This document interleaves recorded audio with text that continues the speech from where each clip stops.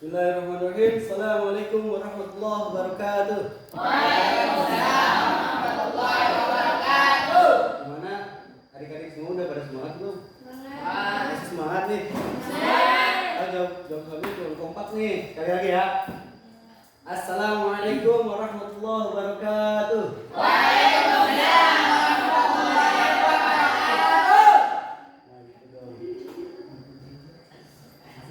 Nah, sebelum kita memulai pembelajaran kali ini, kakak perkenalkan diri. Nama kakak yaitu Ahmad Farhan. Kakak dari mahasiswa Wika ya.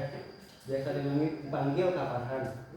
Kakak di sini mau mengajar sejarah kebudayaan Islam di kelas 8 yang bertemakan masuknya Islam di Indonesia. Baik teman-teman, sebelum kita memulai pembelajaran kali ini, alangkah baiknya kita membaca doa terlebih dahulu ya. Siapa ketua kelasnya sih? Mana? Ada mana? Pimpin ya. Coba. Saya dengan surat Al-Fatihah.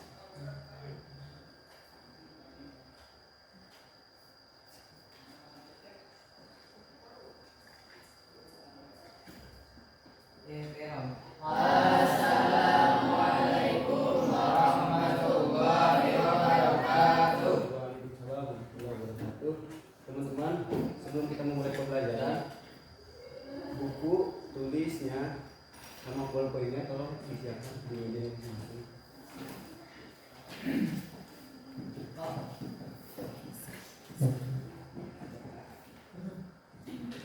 Kakak berhubung kakak belum kenal teman-teman semua di sini, kakak mau maafin dulu ya. Anggun Nur Afifah, gimana? Asep Sanjaya, Hah? Asep. Terus Baharudin Yusuf, gimana? Apple, Erni Marisantika, Fauzia Saputri, tidak ya. Terus Fajri Saputra, Mahmudi, Risma Nokianti, Siti Sofia, Jainal Hidayat, Muhammad Ardi, gimana? Muhammad Herdi Ajikri, Pak Sofia, gimana Sofia? Novita Sari,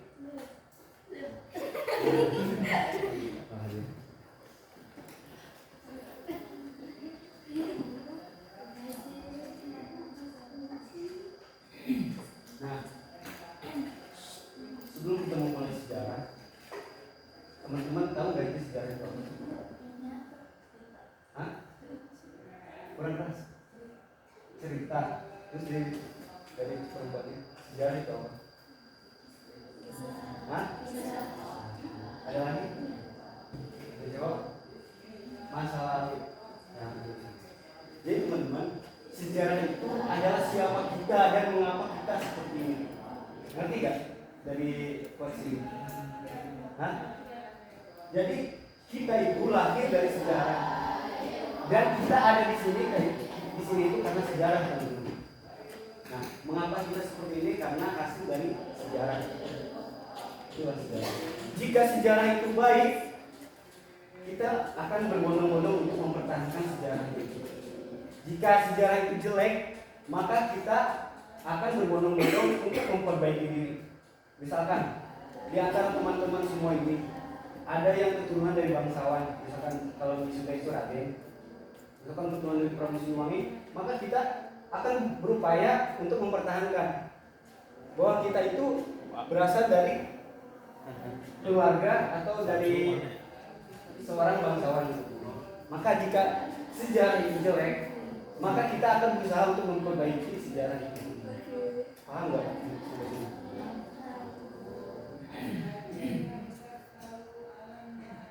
Nah, untuk materi pembelajaran, kita akan mempelajari sejarah masuknya Islam di Indonesia, jalur masuknya Islam di Indonesia, dan strategi dakwah dan perkembangan Islam di Indonesia. Nah, untuk tujuan pembelajaran kali ini, kakak melalui model pembelajaran discover learning. Ada yang tahu nggak discover learning itu apa? Tahu ya. Nanti dari masing teman-teman akan dibagi kelompok gitu ya, antara kelompok laki-laki dengan kelompok perempuan. Nah, di sini peserta didik dapat mengidentifikasi sejarah masuk Islam di Indonesia yang diperoleh data hasil pengamatan dan memiliki sikap ingin tahu, teliti dalam melakukan pengamatan dan bertanggung jawab dalam menyampaikan pendapat, menjawab pertanyaan, memberi saran dan kritik. Nah, sebelumnya pelajaran sejarah hari apa? Sejarah budaya Islam hari Kamis. Ada yang tahu nggak pas hari Kamis kemarin itu mempelajari tentang apa? Salahuddin. Siapa sih yang tahu Salahuddin itu? Salahnya Alayubi itu? Ada yang tahu? Nah, seorang pemimpin panglima perang. Benar. Terus ada lagi nggak? Salahuddin Alayubi. Benar. Dari apa? Ada lagi nggak? Masa kalah 2-1 loh sama laki-laki. Ayo Salahuddin Alayubi. Salahuddin Alayubi. Apa? Ayo satu lagi. Salahuddin Alayubi. Benar, pemimpin yang adil dan jujur. Maka Salahuddin Alayubi tidak mungkin diangkat menjadi pemimpin kalau tidak adil dan jujur. Terutama adil kepada rakyatnya, jujur dalam menyampaikan perkataannya. Begitu. Salahuddin Alayubi. Benar yang dikatakan pemimpin. Nah, di sini ada proses masuknya Islam di Indonesia. Jadi pada zaman dahulu wilayah Nusantara itu lebih luas jika dibandingkan Indonesia pada zaman sekarang. Ada yang tahu kenapa sih Indonesia dahulu cukup luas? Ada yang tahu nggak? Karena dahulu Indonesia bernama Nusantara. Ada yang tahu nggak sejarah Nusantara itu gimana? Jadi wilayah Nusantara itu pada saat itu meliputi Malaysia, Brunei, Filipina, dan Thailand. Dan satu lagi Timor Leste. Jadi pada masa itu Nusantara dikenal dengan negeri bawah angin atau dijuluki dengan Lesser India. Ada yang tahu nggak Lesser India itu apa? Hah? Lesser India itu sebutnya India kecil. Lesser India itu sebutnya India kecil. Karena kebudayaan Indonesia dengan India dahulu sama teman-teman kebudayaannya, dari pakai kebaya, dan dahulu juga Indonesia juga beragama hidup mengalami dengan agama hidup beda. Maka bisa dikatakan Lesser India. Nah, kenapa Indonesia disebut negeri bawah angin? Ada yang tahu nggak? Negeri bawah angin. Ada tahu. Jadi negeri bawah angin itu dahulu kan Indonesia itu negeri yang dahulu yang beragama Hindu. Jadi pada zaman itu saudagar-saudagar yang berasal dari Pakistan, yang berasal dari Mesir, berasal dari Yaman, dari Arab berkunjung ke Indonesia. Maka Indonesia dikenal dengan negara bawah angin. Sedangkan negara yang India, Mesir, Yaman, dan Arab itu disebut dengan negeri atas angin. Ada yang tahu nggak disebut negeri atas angin itu kenapa sih? Nggak tahu. Jadi negeri atas angin itu pusat keilmuan dan kebudayaan dan peradaban terletak di Pakistan, Arab, Yaman, India, dan Mesir. Maka Indonesia disebut negara bawah angin. Jadi asal usul masuk Islam Nusantara. Ada yang bisa menjelaskan nggak? Kan ini ada peta ya teman-teman.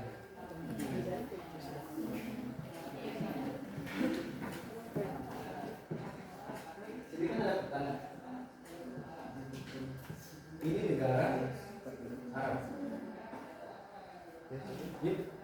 Islam ada juga teorinya dari Arab. Dari Arab terus saudagar-saudagar kita atau nenek moyang kita dahulu itu kan seorang pelaut yang berdagang ke Indonesia sekaligus menyampaikan agama Islam ke Indonesia. Terus ada yang dari ini peta apa? India. Terus ada peta dari Cina. Satu lagi India, Cina, dan Mesir. Ini peta eksternalnya. Sedangkan yang ini peta internalnya. Jadi dahulu Indonesia itu didakwahi sama negara-negara yang lain lewat Aceh yang terkenal dengan kerajaan Samudra sampai ke sini, sampai ke Pulau Jawa, Kalimantan, dan sampai ke Sulawesi, ke Bali.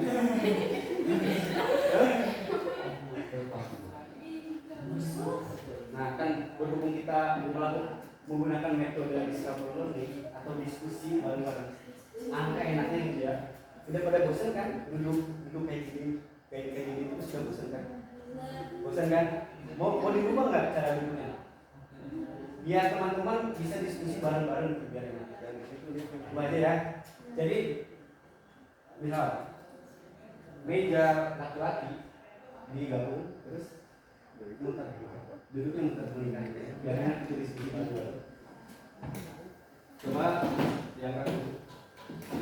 Yang perempuan juga sama.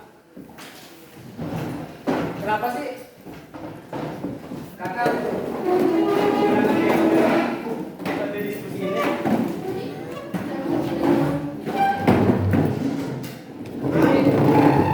Biar teman-teman itu mudah memahami apa pelajaran yang telah kakak sampaikan ya.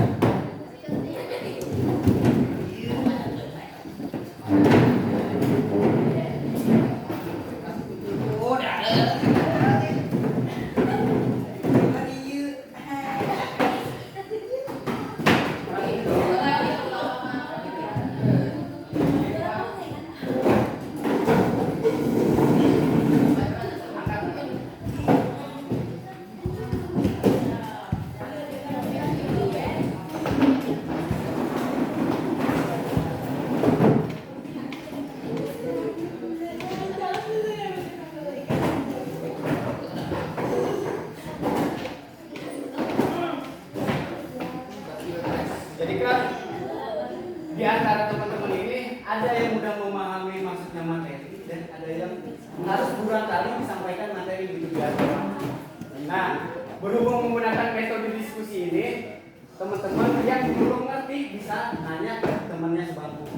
Terus di antara teman-teman akan jika ada yang tidak maju, maka akan tunjuk satu orang maju ke depan untuk menyimpulkan teori mana yang lebih ini apa? Lebih realistis ya, lebih benar di antara keempat teori ini. Menyampaikan sekaligus ada reward dari kakak. Biar teman-teman merasa semangat untuk belajar. Jadi yang pertama itu teori Persia. Ada yang tahu nggak teori Persia itu? Negara mana? Persia. Teori apa? Perempuan, Persia teori mana? Negara mana? Persia. Ayo. Ini dari kelompok laki-laki menyebutkan negara Mesir. Dari kelompok perempuan, Persia itu negara mana? Ayo. Hah? Din? Ternyata dari kedua teori yang teman-teman jelaskan itu salah. Tapi kakak mengapresiasi kalian semua. Karena jadi negara Persia itu dahulunya yang sekarang itu negara Iran. Negara Iran. Ada yang tahu Iran di benua mana? Hah?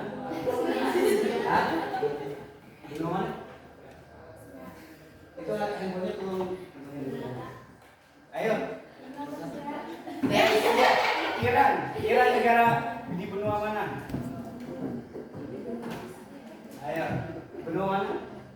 Sebutin aja. Salah juga nggak apa-apa. Iran. Asia. Dari perempuan, Iran negara mana?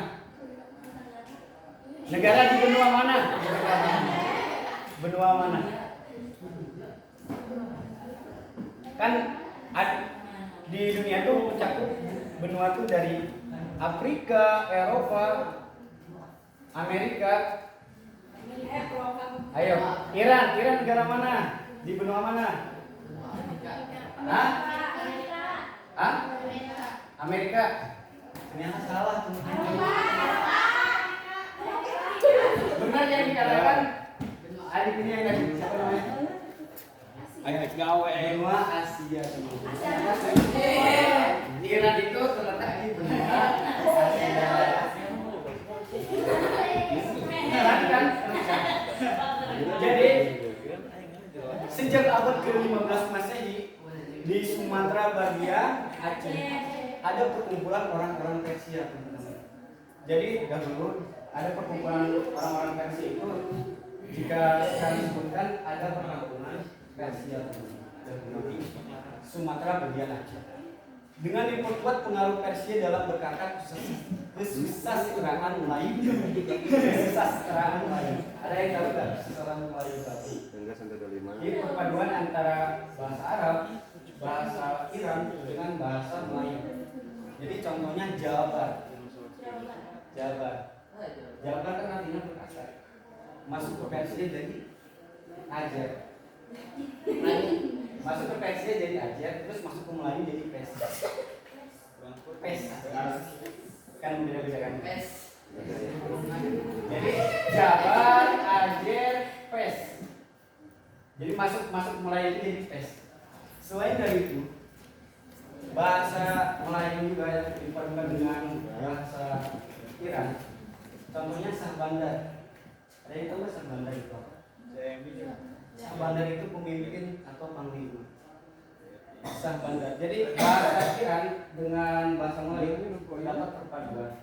Contohnya tadi bahasa Jabar, Ajar dan Pes. Dan bahasa tadi Shahbandar. Jadi ulama besar pada saat itu Al-Qadi Amir Said As-Sayroji dari Persia di kerajaan Samudra Pasai mendakwahkan Islam dan mendirikan kerajaan Samudra Pasai. Samudra Pasai itu kerajaan pertama di Indonesia, kerajaan Islam pertama di Indonesia. Cukup dimengerti kan? Samudra Pasai. Kalau ada poin-poin yang penting kan, tolong tulis itu masing-masing dari teman. Takutnya ya diskusinya tidak berjalan lancar gitu. Supaya berjalan lancar, supaya enak ditulis gitu ya. Apa yang kamu inginkan. Tidak hanya itu teman-teman. Kan ini kan di Sumatera ya. Teori Persia yang ini apa? Yang dakwahnya melalui jalur Sumatera, yaitu yang bertepatan di Aceh. Jadi dari itu ada juga perkampungan di Gresik teman-teman. Di Gresik di Jawa Timur. Terdapat perkampungan Leson di ini. Nah, tidak hanya itu, mungkin teman-teman juga tidak asing lagi dengan perayaan malam 10 Suro. Nah, Suro tahu kan? Di kampung-kampung sering mengadakan kan 10 Suro. Dan disunahkan untuk berpuasa. Ternyata perayaan 10 Suro ini terdapat yang asal mulanya di Iran atau Persia, terus dibawa oleh saudagar-saudagar muslim dari Iran ke Indonesia. Jadi jadilah kearifan lokal yang membudaya di Indonesia. Contohnya Enggak saya. yang kedua yaitu teori Gujarat. Ada yang tahu nggak Gujarat itu negara mana? Hah? India. Dari cewek? Dari cowok? Dari laki-laki apa? Gujarat negara mana? Ada yang tahu nggak? Gujarat. Kan dari perempuan tadi India. Dari kamu? Dari kalian? Hah? Ini ternyata salah teman-teman. India. Tepuk tangan dulu dong. Tepuk tangan.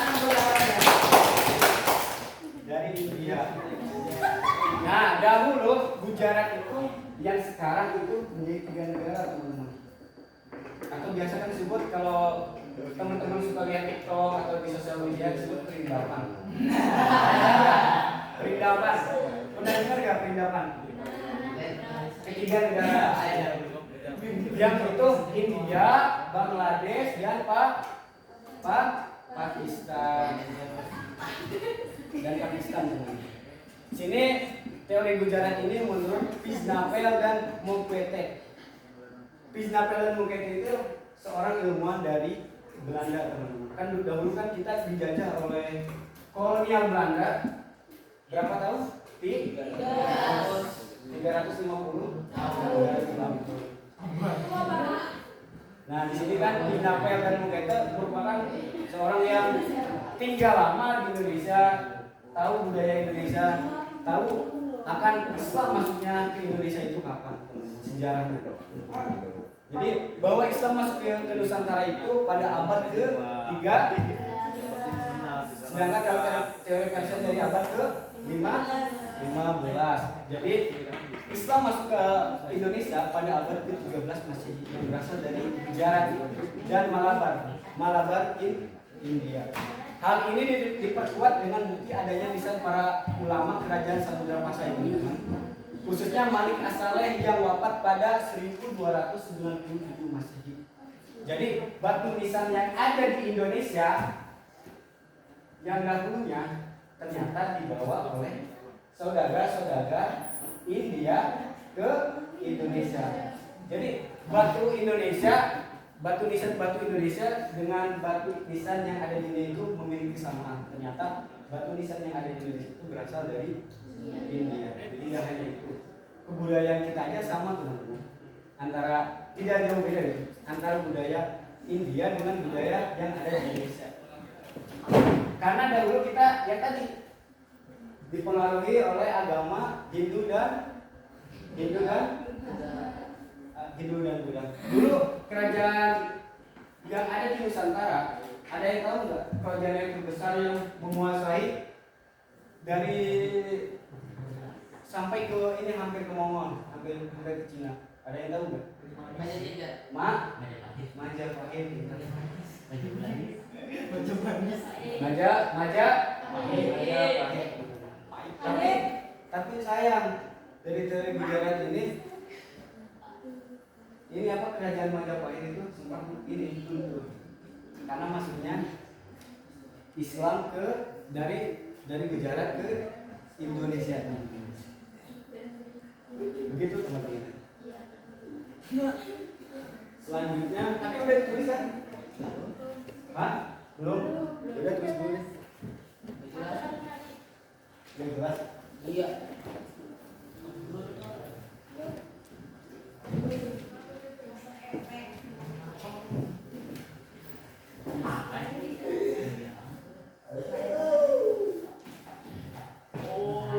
Coba ya ini yang depan lah dulu.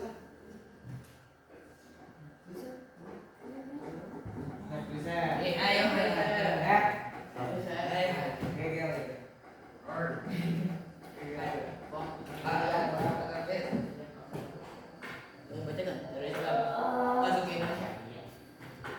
Nah, tidak hanya itu teman-teman, dari India juga ternyata memiliki kesamaan mazhab yang sama gitu teman-teman. Antara di India dengan di Indonesia yang menganut mazhab Syafi'i ya. Gimana teman? Mazhabnya Syafi'i kan? Iya.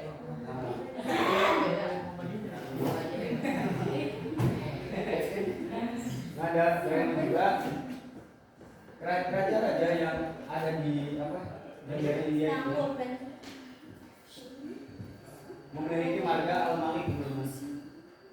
Marganya itu Al-Malik. Malik artinya apa? Hah? Raja. Benar nggak? Malik itu raja. Apa? Benar.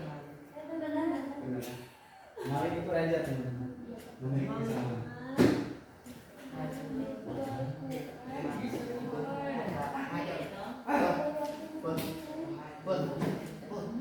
Nanti teman-teman bisa menyimpulkan teori mana yang paling efektif tentang teori masuknya Islam ke Indonesia gitu.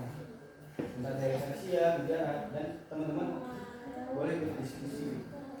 Tapi ada dua teori lain itu teori Arab dengan teori Cina.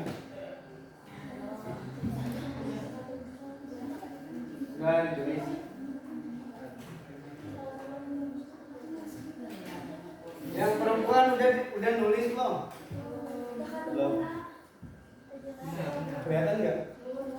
Yang nggak kelihatan teori mana? Ada yang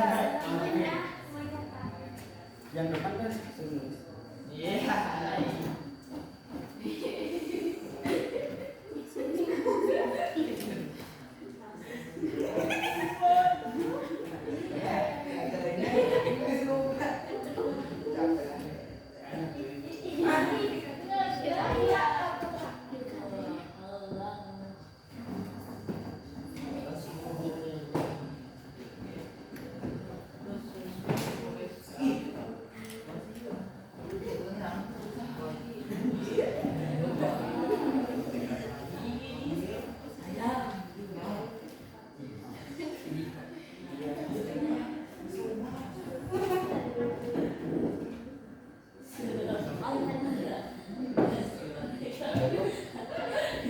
Baru kelihatan.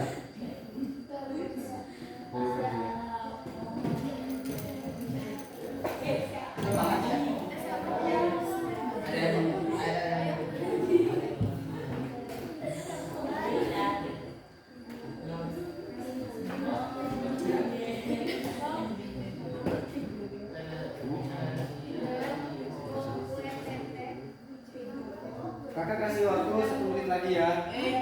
Ayo tuh nulis. Atau enggak disingkat aja, nanti didiskusi bareng-bareng kan. Tadi kan udah dijelasin sama kakak.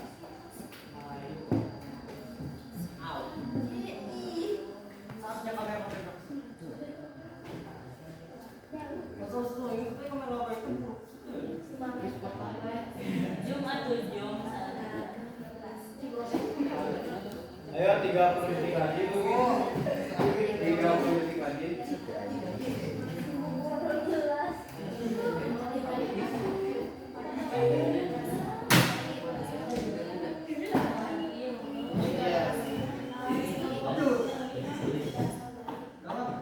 Udah.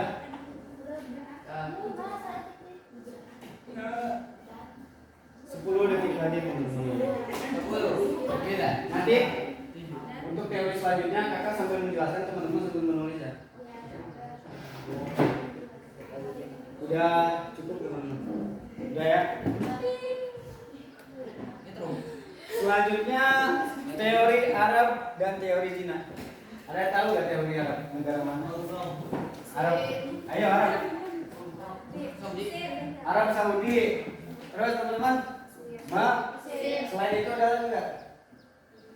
Satu lagi ya. Yaman. Teori Arab itu kata Profesor Buya Hamka. Buya Hamka tahu kan teman-teman? Tahu nggak Buya Hamka? Iya gitu nih di bioskop yang terbaru. Buya Hamka masa nggak tahu? Jadi beliau itu menyimpulkan teori Arab itu menjadi 3 bagian antara teori Arab Saudi, Mesir dan Yaman. Jadi berdasarkan seminar nasional yang diadakan tahun 1999 sampai dan 1978 menyimpulkan bahwa masuknya Islam ke Nusantara pada abad ke-7 Masehi yang disebarkan oleh saudagar-saudagar Arab yang bertindak sebagai pembalik dan dilakukan secara damai. Jadi ini kan Profesor Buya Hamka, hasil seminar itu yang diadakan ternyata Islam masuknya ke Indonesia itu pada abad 7 Masehi. Kalau tadi teori Persia pada abad berapa? 5. Teori Gujarat 3. Ini teori Arab pada abad ke-7. Karena kenapa sih Islam dari Indonesia itu maksudnya melalui Arab? Jadi pusat kebudayaan dan peradaban dahulu atau pusat keilmuan dahulu terletak pada di negara Arab teman-teman. Karena Nabi Muhammad SAW lahir di Arab Saudi. Contohnya di Nah, tidak hanya itu, ternyata di Indonesia juga ada kan perpaduan antara Indonesia dan Arab. Ada yang tahu kan? Banyak kan? Tidak hanya perpaduan Indonesia Cina aja gitu teman-teman. Ternyata orang Arab di Indonesia juga banyak. Contohnya yang sering kita kenal kalau sekarang itu Habib. Nyari kan Habib kan ini kan perpaduan antara Indo dan Arab. Indo dan Arab. Ternyata Habib itu nasabnya sampai ke Arab. Rasulullah SAW. Dahulu kan para keturunan Rasulullah itu berperan sebagai mubaligh.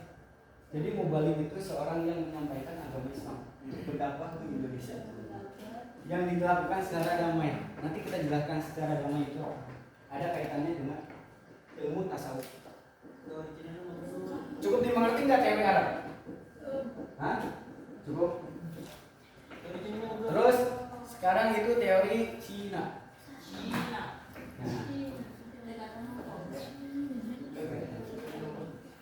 Jadi kakak bacain ya.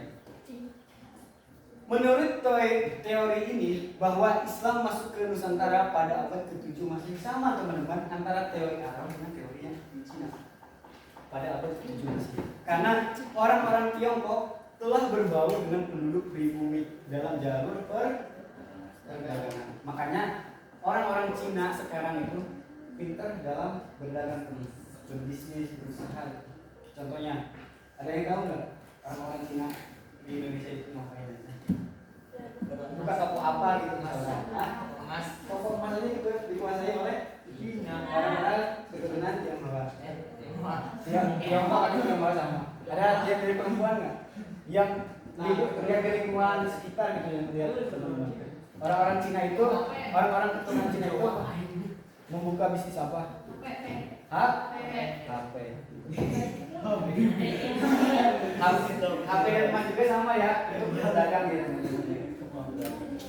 Nah, terus ajaran Islam telah lebih dahulu sampai ke Cina pada abad ke-7 Masehi. Kenapa coba pada abad ke-7 Masehi? Karena kan dulu itu kan antara Persia atau disebut Iran berbatasan dengan Cina. Otomatis kan di jalur perbatasan itu orang-orang Persia berdakwah ke Cina teman-teman. Yaitu pada dinasti Tang di wilayah Guangzhou, Kanton. Ada yang tahu nggak? Sama tahu. Jadi yang Jawa dan pesisir Cina dengan bagian selatan telah ditemukan permukiman Muslim. Kalau kakak udah ke sana pasti tahu, pasti ada fotonya atau apa gitu.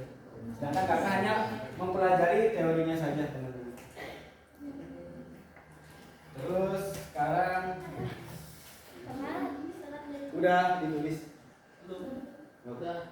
Hah? Udah. Belum. Tadi bisa disimpulkan nggak? Teori Persia masuknya pada abad berapa? 15. 15. Teori dari bicara? 13. Pada abad ke? 13. Teori Arab? 7. Dari Cina? 7. Jangan sampai kembali ya teman-teman. Terus masih tulis? Masih. Ada yang udah nggak?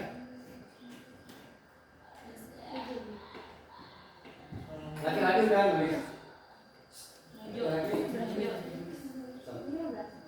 Dikasih waktu 30 detik ya. Jadi semenit. 30 detik. 7. Mana? Masehi. Bahasa dinasti. Dinasti Tang. Jadi dinasti Tang itu dulunya seorang kerajaan yang menguasai Cina berabad-abad teman-teman, berabad-abad gitu. Jadi bisa dikatakan dinasti Tang itu dinasti atau kekuasaan yang kerajaannya terbesar di dunia dan berkuasa juga paling lama. Karena pusat peradaban yang ada di pusat peradaban sejarah dunia terdapat di dinasti Tang. Karena pusat keilmuan juga berada di Cina teman-teman. dahulu. Jadi tidak hanya itu, dahulu aja Nabi Muhammad SAW membeli baju, membeli kain dari seorang saudara-saudara Cina. Maka tidak aneh lagi teman-teman, teknologi Cina dahulu sampai sekarang ternyata menguasai separuh dunia. Bisa ditemukan maupun teman-teman yang ada di Afrika, di Brazil, di Spanyol, di Eropa atau di Asia, terdapat salah satu keturunan yang ada keturunan Cinanya, teman-teman. Sudah tidak aneh lagi. Karena Cina itu pandai berbisnis dan berekonomi. Jadi di pusat perdagangan. Udah kan? Udah? Udah. Nah, proses penyebaran Islam di Indonesia. Jadi kan kalau disebut zaman sekarang itu perkawinan itu atau pernikahan ya teman-teman.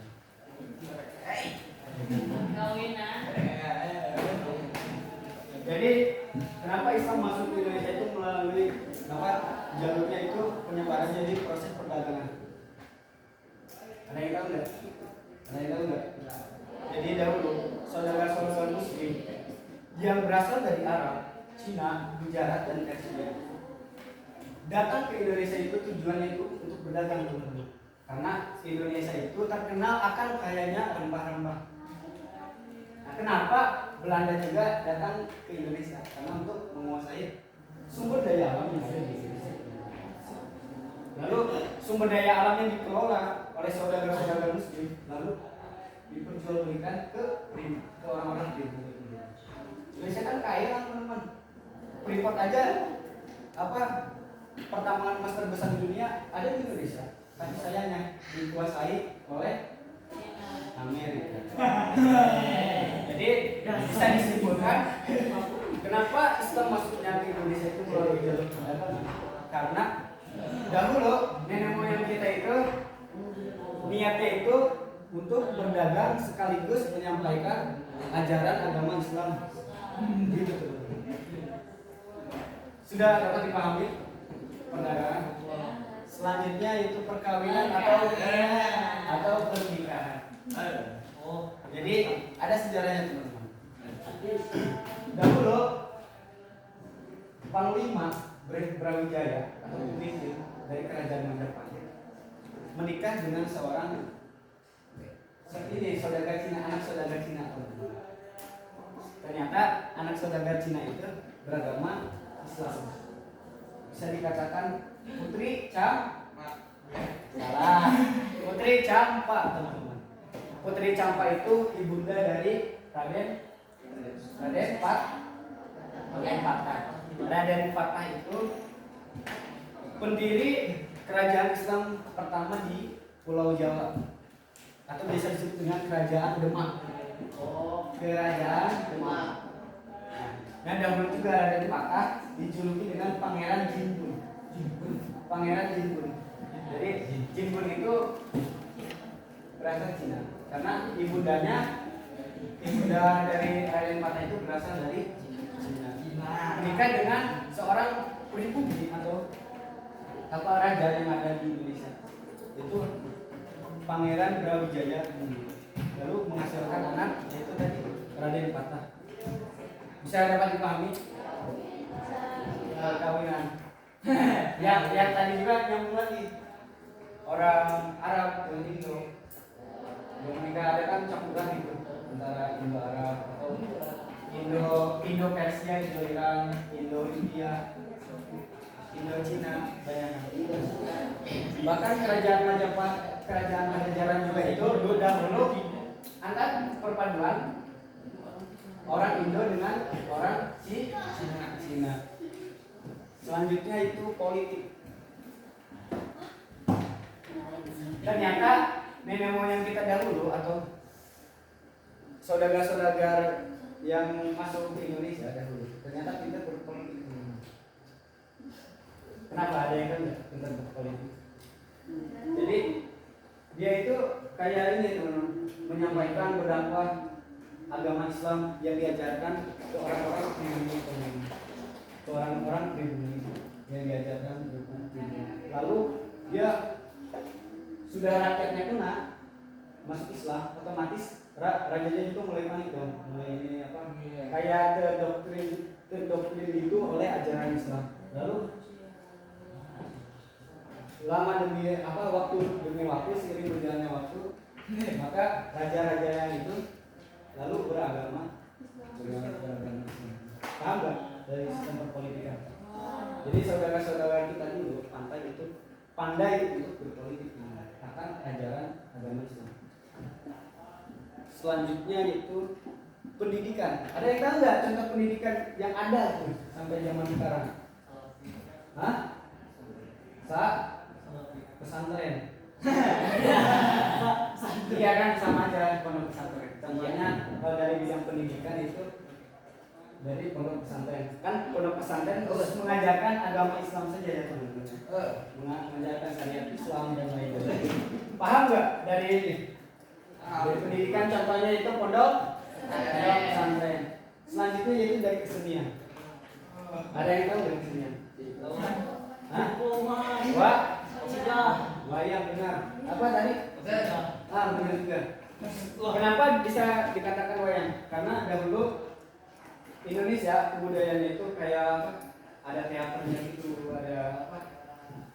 Pentas ini apa kayak acara itu acara besar gitu. Dari contohnya tadi. Wayang.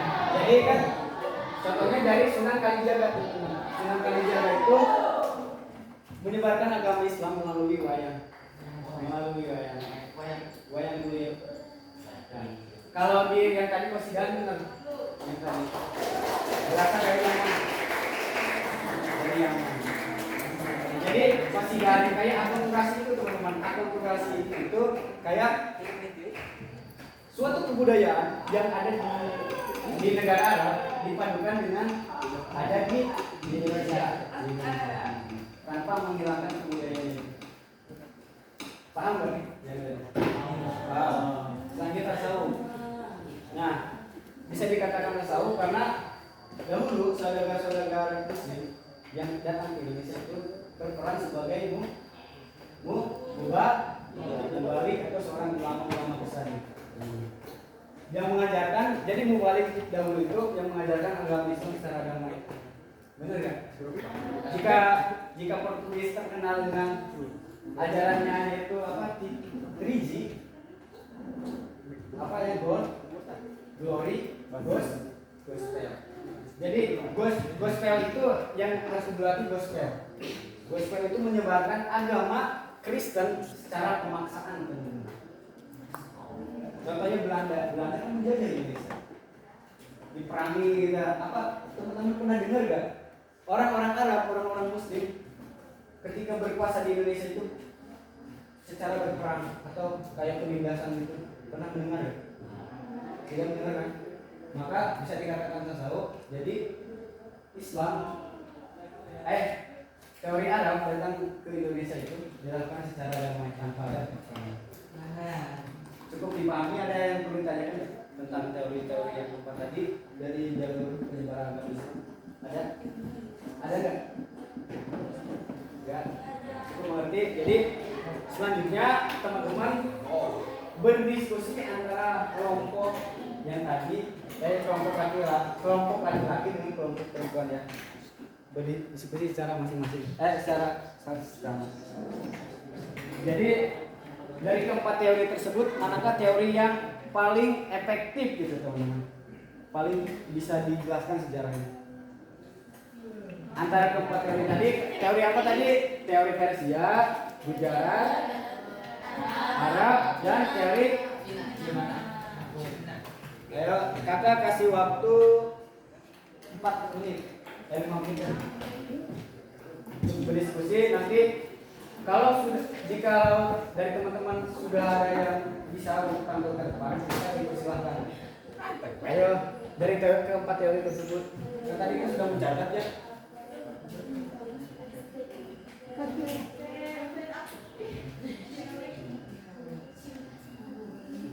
Keempat teori Persia, Gujarat. Ayo.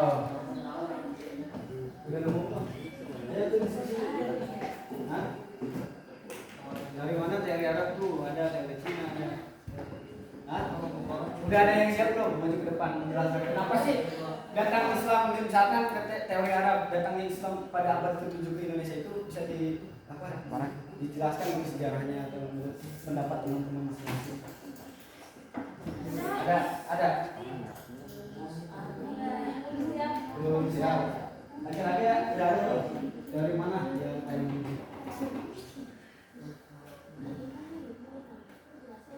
yang bisa dikatakan Islam ke Indonesia itu udah benar-benar gitu. Ayo. Ya. Kalau nggak ada kakak tunjuk ya. Ayo, sesuai kemauan sendiri aja. Ketuanya tuh sejarahnya tuh Islam ke-7 Masehi maksudnya karena apa? Islam teori Cina masuk pada abad ke-7 Masehi karena apa? Ada kan sejarahnya di depan. Terus ada lagi kan tadi teori jarak, teori rasial. Ayo.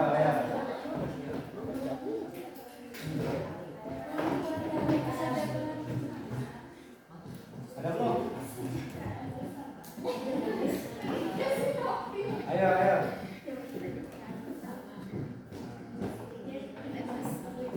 Waktunya 2 menit lagi teman-teman. Gak apa-apa, salah juga kan kita sama-sama belajar ya teman-teman ya. Sama-sama belajar gak apa-apa, salah juga. Kita sama-sama belajar juga.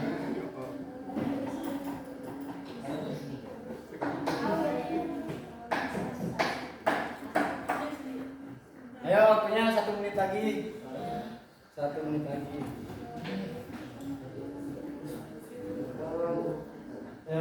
Teori mana yang efektif gitu?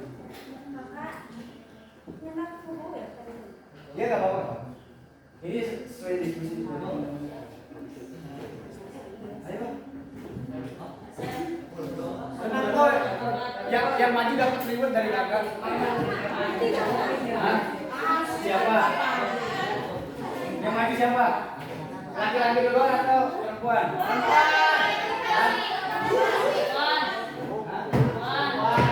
Ayo, perempuan.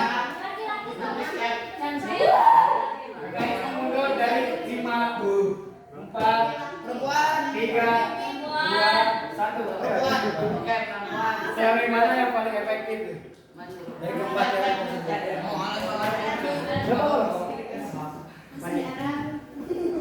Dari sini Pak. Ayo,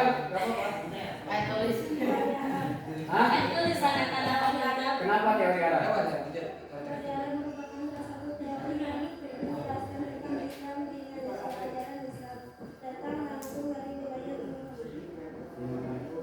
Samping dulu, coba laki-laki satu orang. Ada. Dari perempuan kan teori dari Arab, dari laki-laki dari mana? Ayo. Gak apa-apa. Berani. Mau ditunjuk? Gak, yakin gak mau ditunjuk dari kakak nih hadiah? Hah? Ayo maju aja, gak apa-apa, salah juga. Ayo maju.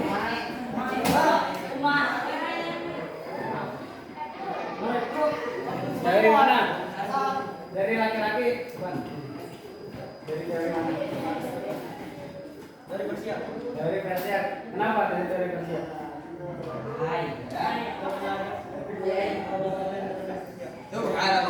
Perkumpulan apa kayak perkampungan gitu dari Persia.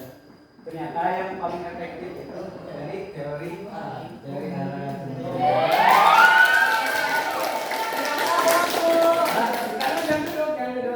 Kenapa dari teori Arab? Karena diadakannya seminar nasional yang diadakan pada tahun 1949 sampai 1978 dari yang menurut dari Profesor Buya Hamka. Jadi menyimpulkan masuknya Islam ke Nusantara itu pada abad ke-7 Masehi. Ini gak apa-apa juga. Maaf ya. Tepuk tangan dulu dong bagi teman-teman kita yang lain. Laki-laki tangan dong. Laki-laki. Jadi dari kampanye tersebut dan dari ke penyebaran Islam di Indonesia tadi, perhatikan, kata menyimpulkan. Jadi ada beberapa perbedaan pendapat di antara para sarjanawan tentang waktu dan tempat pertama kalinya Islam masuk ke Nusantara. Akan tetapi mayoritas mereka setuju bahwa yang membawa ajaran Islam ke Nusantara pada pertama kalinya adalah dari para pedagang. Meskipun mereka tidak mempunyai pandangan yang sama tentang asal para pedagang tersebut. Jadi dapat disimpulkan bahwa nenek moyang kita dahulu datang ke Indonesia berprofesi sebagai pedagang, teman-teman. Dapat disimpulkan saudagar di sana. Jadi teman-teman, berakhirlah materi pembelajaran kita kali ini. Alhamdulillah. Gimana? Ada yang perlu ditanyakan nggak? Teman-teman ada ini cukup dipahami? Cukup.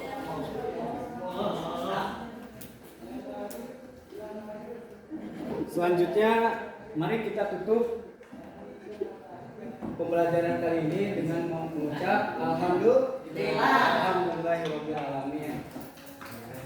Mungkin cukup sekian dari kakak, kurang dan lebihnya mohon maaf. Tadi ketua kelasnya siapa tadi? Hah? Tolong pimpin doa. Doa ini. Kaparatul majlis. Subhanallah. Ayo bareng-bareng deh ya. Bismillahirrahmanirrahim. Subhanallahumma wa bihamdika asyhadu an Cukup sekian dari kakak, kurang dan lebihnya mohon dimaafkan. Wassalamualaikum warahmatullahi wabarakatuh. Waalaikumsalam.